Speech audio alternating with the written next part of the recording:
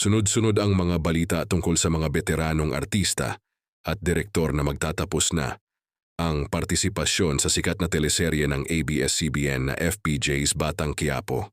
Ayon sa mga sources, huling lalabas sa serye si Christopher De Leon at kasabay nito may mga plano rin ng iba pang mga cast at crew para sa kanilang mga susunod na proyekto.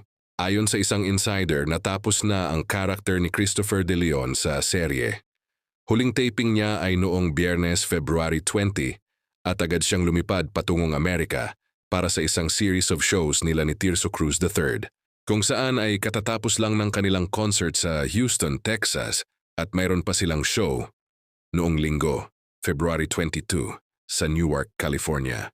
Samantala, nakapanayam naman si Albert Martinez sa premiere night ng pelikulang The Lotto Winner noong Pebrero.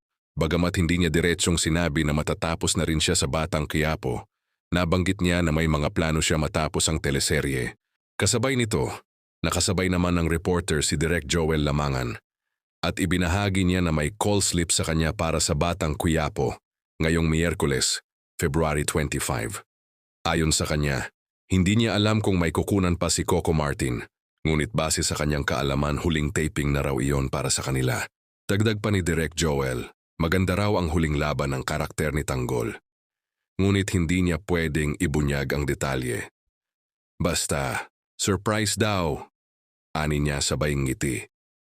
Pinaalala rin niya na wala siyang kalaban sa eksena, kaya't hindi naman ako mamamatay doon. Wala naman akong kalaban, nakangiting wika ni Lamangan. Ang pag-alis ng mga veteranong artista at direktor na ito ay isang malaking bahagi ng pagbibigay daan sa mga bagong kwento at eksena sa FPJ's Batang Quiapo, habang patuloy na inaabangan ng mga manonood ang kahihinatnan ng kanilang mga paboritong karakter.